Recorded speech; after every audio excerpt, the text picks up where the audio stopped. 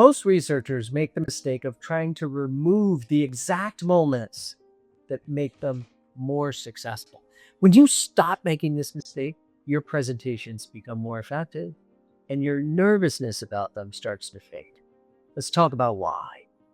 When I speak with researchers, there's a pattern that comes up again and again, not surface level things like slides or structure, something deeper, a need to get everything exactly right, a hesitation to be authentic. And because of that, they hold something back in the moments that matter most. So I want to talk to you about these two fears, not to fix them, but to look at what they're actually doing and what they might be pointing to instead. Let's start with the fear of screwing something up a little. It's the voice that worries about forgetting something or losing your place or not saying something quite the way you meant it.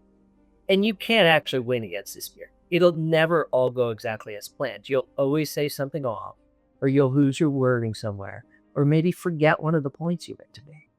But you attempt to avoid it anyway. You script carefully, rehearse the exact phrasing, you try and remove variability, and maybe you mostly succeed. But what does that success actually look like when we live in this new reality? When we now exist in a world where polished language is easy to generate? Anyone can sound fluent. Anyone can sound structured. That's no longer what signals depth. So the success you've been agonizing over chasing isn't actually success anymore. Think about a moment where someone pauses mid-explanation and then they restart or they shift how they say something. They search for the right way to express an idea. There's a brief break in their fluency, but something else appears. You can see them thinking. You can see ownership.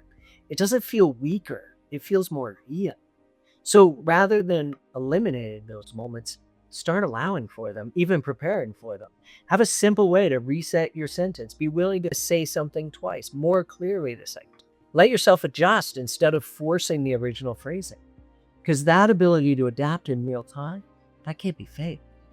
And that's what builds trust. Once you realize perfect isn't the goal, that the anxiety trying to be perfect was creating, it starts to dissipate. Ironic thing is you'll falter less. The important thing is recovering will become easier.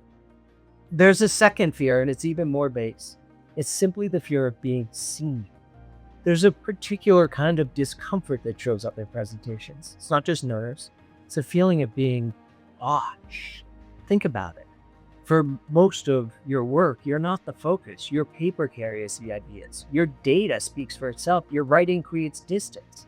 But presenting removes that distance. Now it's your voice, your pacing, your presence. People are not just evaluating the work. They're experiencing you alongside it. We've all seen this play out. We have a friend or colleague. We've talked to them about their work before.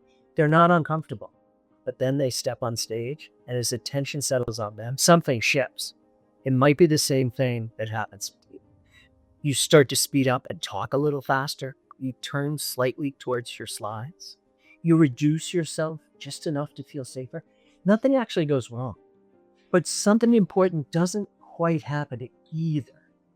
So here's an alternative. Instead of trying to avoid that moment, purposefully slow yourself down and pause. Instead of looking at the slides you already know, make eye contact with someone you don't. Take up a bit more space. It'll all be a bit uncomfortable, but just stay with it a little longer. Not dramatically, not performatively. Just finish your first thought and pause. Let the room actually arrive with you. Look at one person, allow a sentence to land with them, because that moment of being seen is also the moment people begin to engage. And real engagement is the beginning of real opportunities. There's a reason these two fears are so persistent. Academia gives us all a place to stay slightly hidden. Journal articles structured for clarity and storage allows other people to enter our work on their own terms. They can extract what they need, interpret it, use it in their own context. We don't have to be there. There's a kind of safety in that, a sense of being precise without being exposed. Our work gets cited, used, built on, but often the connection stops at the idea itself. The person behind it remains distant, just comfortable, but limited. Presenting changes that dynamic, introduces something that isn't in the paper. Your sense of what matters, your curiosity, your judgment. When that comes through, even briefly, the work gains depth. So instead of trying to stay fully objective, let part of you come through. Why this question mattered to you, where something surprised you, where the work became uncertain or difficult. Not as storytelling for its own sake, but as a signal that your human thinking is happening behind the results. So remember those presenting fears, those things that you worry before you start, the things that make it so maybe you avoid starting, the moments you're trying to smooth out or avoid. Those are the exact moments where people understand your work more deeply. So in your next presentation, don't try and remove these fears entirely. Just notice them. Instead of stepping away from them, stay in one of those moments slightly longer than you normally would. That's where the shift begins. That shift is one that will allow you to be less nervous, more comfortable, start to gain real confidence in your work, in your voice, and your ability to present. You might never grow to love presenting, but the fear of making a slight misstep or forgetting something or someone realizing how much you care about your work that's feeding the anxiety, when you start to realize those things aren't actually negative, well, that ought to make the whole presentation thing feel a whole lot less intimidating and hopefully a touch more fun. Good luck out there.